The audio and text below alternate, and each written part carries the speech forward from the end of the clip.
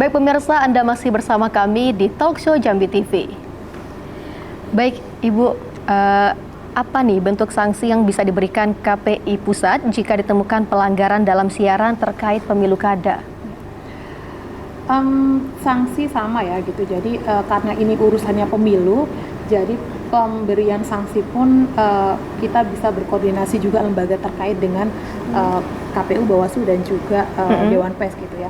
Sanksi terkait pilkada ataupun pemilu itu memang sama halnya dengan siaran-siaran yang di luar itu, tetapi khusus pemilu tadi melibatkan beberapa lembaga terkait. Lembaga penyiaran wewenangnya KPI. Jadi KPI-KPID. Kalau memang itu dilanggar oleh lembaga penyiaran, kami bisa memberikan teguran tertulis begitu. Tetapi ketika berurusan dengan paslonnya, nah ini berurusannya dengan Bawaslu dan juga Gakumdu kalau itu memang ke arah pidana. Jadi ini menjadi ranahnya masing-masing begitu. Ketika dia salah di dalam menyampaikan ataupun ada kekeliruan gitu ketika tayang, itu KPI memanggil ataupun akan meminta klarifikasi dari lembaga penyiaran hingga memberikan surat teguran misalnya kalau itu dianggap atau berpotensi melanggar. Tetapi tadi saya sampaikan ketika sudah berurusan dengan paslonnya ini gitu kan, itu pasti diserahkan kepada lembaga terkait juga terkait paslon ini. Akankah lanjut atau akan didiskualifikasi dan sebagainya, dan nanti ranahnya juga dengan Gakumdu dan sebagainya. So far sejauh ini karena ini urusannya adalah pemilu kada yang kemudian banyak lembaga-lembaga penyiaran berkiprah adalah lembaga penyiaran lokal ya begitu. Sama seperti halnya tadi kalau misalnya saluran nasional SSC begitu yang di pusat dalam tanda kutip yang mengawasi adalah pusat atau yang akan memberikan treatment adalah pusat, nanti kita lihat kembali dan kita tentunya juga akan berkoordinasi dengan KPID terkait tayangan-tayangan tersebut. Sejauh ini relatif masih belum ada temuan yang berpotensi atau yang diberikan sanksi belum ya. Potensi mungkin ada, tetapi tadi kita akan ada tahapan-tahapannya dalam memutuskan apakah ini dianggap melanggar, apakah ini sudah kampanye di luar jadwal kampanye misalnya dan sebagainya. Memang harus melalui proses juga di kami. Gitu. Oke, kalau dari Provinsi Jambi nih Pak, apa sih sanksi yang diberikan jika ditemukan pelanggaran dalam pemilu kada ini? Baik, jadi kalau kita bicara sanksi, KPI pusat dengan KPI daerah ini kan satu dasar peraturan yang kita buat. Hanya saja perbedaan antara KPI pusat itu jumlah komisioner ada 9 orang. Tapi untuk di daerah itu hanya 7 orang. Nah, lalu kalau bicara kewenangan, saya pikir sama-sama saja ya kan. Okay. Jadi kalau kita bicara soal sanksi yang dikenakan oleh KPI pusat dan yang dikenakan oleh KPI daerah itu sama saja. Hanya saja perbedaannya mungkin kita lebih fokus ke TV lokal, kemudian di radio-radio lokal. Karena jangkauan KPI pusat mungkin tidak sampai ke TV-TV lokal. Nah, makanya tugas daripada KPID daerah itu memantau isi siaran yang terkait kalau masalah pemilu kada, kita pantau juga 24 jam juga ya kan? Dan satu hal yang akan kami selalu ingatkan ya kepada pemirsa Jambi TV ini, bahwa masyarakat itu diberikan hak oleh undang-undang untuk berpartisipasi. Apabila ada keterbatasan atau misalnya KPI itu ada yang terlewati ya dari siarannya, masyarakat bisa mengadukan, sampaikan kepada KPI di Jambi ya kan, oh kami melihat di siaran ya, tapi ini kita bicara wilayah TV dan radio ya, karena wilayah kewenangan KPI di sini, silakan laporkan pada KPI. Mungkin kami ada yang terlewatkan atau ada yang terlupa kan, sampaikan, nanti akan kita kaji ya kan, kita lihat seperti apa, apakah melanggar sanksi-sanksi yang sudah ditetapkan oleh peraturan yang berlaku. Kalau memang ada temuan di sana, kita akan tidak lanjuti. Sanksi tadi seperti sudah disampaikan oleh Ibu Alia ya kan, bisa dengan klarifikasi ya kan, dengan teguran secara lisan, tertulis ya kan, bahkan yang sampai tertinggi ada sanksi agak berat tadi ya, pengurangan jam tayang. Iya, bisa kita take down juga acaranya kan. Nah, tapi kan kita tentu ingin agar pemilu kada yang pertama kali dilakukan oleh Indonesia ini kalau bisa kita kepengen ya aman begitu ya, sesuai dengan harapan seluruh masyarakat Indonesia, kita bisa melaksanakan dengan riang gembira. Dan harapan kita juga tentu para paslon juga memiliki cara berpikir yang sama gitu kan, supaya apa, kalau paslonnya riang gembira, kita yakin nanti mulai dari tingkat yang pemilih yang di bawahnya itu akan ikut riang gembira. Artinya jangan sampai memprovokasi salah satu paslon dengan yang lainnya, supaya apa, kita ingin supaya pemilu ini aman, damai, dan tingkat partisipasinya juga tinggi. Mungkin Kalau boleh tahu nih Pak, metode apa sih yang digunakan untuk memantau isi siaran pemilu kada ini? baik. Jadi KPID Jambi alhamdulillah sudah memiliki alat monitoring ya. Jadi alat monitoring yang dimiliki oleh KPID Jambi itu sudah bisa memantau seluruh siaran, baik TV lokal, radio lokal, kemudian juga tadi dari TV nasional SSJ itu. Nah, itu ada pengawas daripada alat tersebut. Nah, jadi apabila ditemukan pelanggaran, alat itu secara otomatis dia mendetek. Dia akan kirimkan, akan kita record ya, kita rekam. Nah, nanti itu baru kita kaji bersama tim yang kita miliki ya kan, tentunya dengan dasar peraturan-peraturan yang sudah kita miliki ya kan. Ditambah lagi nanti ada surat edaran, ditambah juga tadi sudah disinggung oleh Ibu Alia terkait masalah surat keputusan bersama. Dan alhamdulillah Jambi sudah berkoordinasi ya dengan 3 lembaga yang ikut menandatangani surat kerjasama begitu. Dan kemarin kita sudah diskusikan, bahkan untuk Jambi nanti untuk iklan kampanye itu sebelum ditayangkan itu akan diverifikasi dulu oleh KPID, karena kita mau menjaga betul nih supaya pemilu ini supaya aman ya. Nah, kemarin KPU sudah sampaikan, ini tolong nih sebelum tayang kalau bisa, jadi kita udah kayak lembaga sensor aja ya kan, bukan ya kan. Tapi karena memang kita keinginan kita sama, kita ingin agar pemilu damai, bukan berarti kita melampaui kewenangan, bukan. Karena sebenarnya kewenangan KPID itu kan pasca disiarkan baru kita mengawasi. Nah, ini kita bikin metode agak terbalik ini kan. Jadi udah kayak lembaga sensor, sebelum ditayangkan di televisi, kita verifikasi. Tujuannya cuma satu, kita pengen pemilu di Jambi bisa berlangsung dengan aman, damai, dan semuanya berjalan dengan baik. Mungkin itu. Kalau dari KPI Pusat ini bagaimana nih Bu? Metodenya apa yang digunakan untuk memantau isi siaran pemilu kada ini? Saya kira sama, tadi di awal juga sudah saya sampaikan, tidak hanya pemilu kada, tapi setiap mata program acara yang ada di lembaga penyiaran kami itu kami pantau ada 63 lembaga penyiaran televisi, yang 20 itu adalah TV yang bermigrasi, yang 23 adalah TV digital, kemudian 5 TV berlangganan, dan 15 radio. Jaringan radio aja totally ada 63 gitu yang diawasi oleh teman-teman tim pemantau. Jadi secara shifting begitu ya, ada 160-an orang yang mengawasi.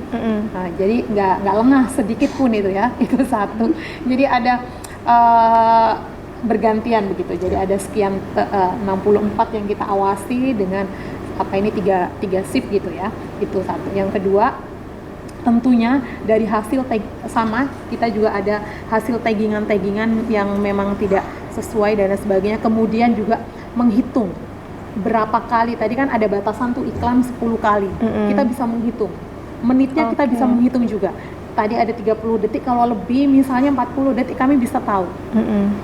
Iklannya kelebihan nih gitu kan. Jadi kami punya data itu, punya pemilu kemarin kita punya data. Mana lembaga penyiaran yang melebihi, mana yang lebihnya tuh banyak banget gitu, kita tahu gitu, dan kita ingatkan kepada lembaga penyiaran agar tidak mengulanginya lagi gitu ya. Lebih kepada gini sih, kita kan tadi sama ya, kita ingin semuanya menjaga iklim industri penyiarannya juga tumbuh gitu ya. Kemudian kita juga pemilu atau pilkada ini berjalan dengan lancar, damai gitu ya, tanpa ada huru-hara gitu. Harapan kita semuanya begitu. Maka dari itu kita lebih banyak membuka ruang diskusi dan ruang dialog kepada lembaga penyiaran. Ketika ada temuan-temuan begitu, sebelum jauh lebih kita ingatkan ya, kita lakukan pembinaan ataupun klarifikasi sampai sebelum kita lakukan kepada penjatuhan sanksi. Tapi kita komplit nih, ketika ada potensi pelanggaran itu di tagging, kemudian tim visual data akan memverifikasi, kemudian dan lain sebagainya, akan dicek kembali potensi pelanggarannya ada di pasal berapa, baru kita plenokan begitu. sama halnya juga itu sistem pemantauan langsung ya. Sama tadi juga disampaikan ada sistem pengaduan masyarakat. Kalau saya menyebutnya adalah pengawasan penyiaran partisipatif. Gitu. Jadi kita melibatkan partisipasi masyarakat sebanyak-banyaknya. Setiap aduan dari seluruh KPID. Tadi sama KPID Jambi memberikan surat aduan begitu di KPI pusat. Kami nanti karena kan tiap minggu itu kita tiap minggu mengadakan ngecek isi program siaran yang berpotensi melanggar begitu, kami kumpulkan karena tidak hanya satu tayangan aja, kadang ada banyak. Kemudian kami mana yang termasuk potensi pelanggarannya agak berat, ini kemudian harus diputuskan pleno bersembilan begitu. Seperti itu. Nah, setiap aduan masyarakat ataupun aduan dari KPID seluruh Indonesia pasti akan kami diskusikan atau kami rapatkan, kemudian kami berikan jawaban. Jadi kalau masyarakat itu mengadu jangan ragu ya, untuk pasti akan kita balas, gitu. Asalkan clear, jangan kemudian ngadu nih misalnya di sosial medianya KPI pusat gitu kan, nge-tagging, nge-mention gitu, tapi kita follow up. Kemudian dia tidak dipublish gitu ya, dikunci gitu kan. Tapi kan juga bingung, misalnya ada yang kurang, ini program tayangan yang mana, jam berapa. Kadang kami pingin ada informasi yang perlu kita gali. Nah, masyarakat yang mengadu kadang tidak responsif begitu. Jadi jangan khawatir, kalaupun mengadu ke KPI pusat maupun ke KPI daerah, datanya pengadu itu pasti akan kami lindungi dan tidak akan kami buka. Jadi itu kemudian kami selalu memberikan edukasi kepada masyarakat juga, kalau memang ada tayangan-tayangan yang tidak sesuai begitu, terutama terkait dengan pemilu kada. Jangan segan-segan untuk mengadukan, karena semua aduannya pasti akan kita proses asalkan clear, kemudian jelas gitu yang diadukan, program apa, tayang jam berapa, hari apa, misalnya paslonnya namanya siapa gitu ya, karena pilkada paslonnya namanya siapa, ataupun dia melanggar dan sebagainya, seperti itu akan kami, asalkan itu tadi ya, jangan sampai ketika kami follow up kemudian ngilang-ngilang gitu. Gimana kita ngomong follow up gitu, terus orang ngilang-ngilang nggak respon kayak begitu ya. Jadi itu kami berharap mari sama-sama kita menjaga siarannya juga sehat begitu ya, industri juga bagus begitu. Tapi pelanggaran yang sering terjadi itu jenisnya seperti apa tuh Bu? Kalau pemilu kemarin ya, pemilu kemarin itu baru kepada berpotensi saja gitu ya. Kalau pelanggarannya potensinya itu misalnya iklan nih spot 10, sometimes lebih 11 begitu ya. Jadi kita bisa mengingatkan, jangan ini dong, kelebihan nih iklannya, besok udah 10 ataupun 9, 7 gitu. Jadi potensi ya, baru potensi melanggarnya di situ. Kalau pemilu kemarin sih karena kita klarifikasi tadi ya, misalnya ada lembaga penyiaran begitu ya, hanya menayangkan 2 paslon misalnya, satu missing gitu ya, dia missing. Kan kita panggil gitu, kenapa yang paslon ini tidak ditayangkan gitu. Mohon maaf, pada waktu penayangan ini kami sedang ada gangguan atau apa, maka dia akan mengganti tayangan itu. Saya akan khusus menayangkan berita terkait ini pada ini untuk sebagai penggantinya gitu. Nah, ada potensi-potensi yang kemudian dia mungkin tidak dianggap sebagai belum sampai kepada penjatuhan sanksi dan sebagainya, karena ada kompensasi untuk ini. Itu sebagai bentuk toleransi kepada lembaga penyiaran yang kemudian solusi lah, win-win solution gitu kan, tidak kemudian melanggar langsung dipanis ini segala macam iklan ini, enggak juga. Kami juga tadi kita ingin lembaga penyiaran juga ayo gitu kan, kalau misalnya berpotensi melanggar, ayo diperbaiki. Kalaupun bentuk pelanggarannya di luar pemilu kada ada, kemarin ada kalau di pusat sering ya, ada beberapa stasiun televisi misalnya jurnalistik pun, tayangan jurnalistik pun sering juga melanggar misalnya juga ada. Kami sampaikan itu ke publik kok, kalau misalnya TV A melanggar ataupun radio A melanggar, kita sampaikan ke publik sebagai bentuk transparansi daripada lembaga Komisi Penyiaran Indonesia kepada masyarakat. Kami sampaikan itu.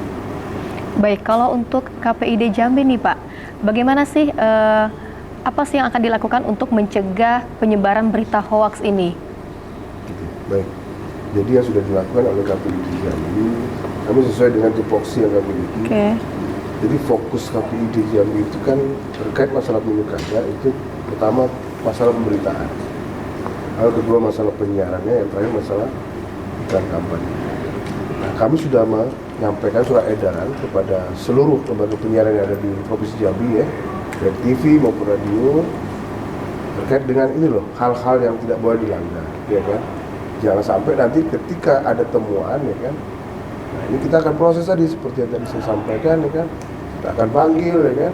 Tapi dari awal kita sudah antisipasi betul, kita sudah melakukan tindakan pencegahan lah. Ya kan? Pada televisi, radio jangan sungkan-sungkan lah berkonsultasi pada KPID kan. Kalau perlu sebelum mau tayang sampaikan dulu kan. Jadi gimana kita menyiarkan ini, kontennya seperti ini misalnya, apakah diperkenankan atau tidak, nah, sehingga jangan sampai nanti jadi hal-hal yang melanggar daripada aturan itu. Baik. Pemirsa, kami akan melanjutkan perbincangan kami usai jeda berikut. Jangan kemana-mana, tetaplah di Talkshow Jambi TV.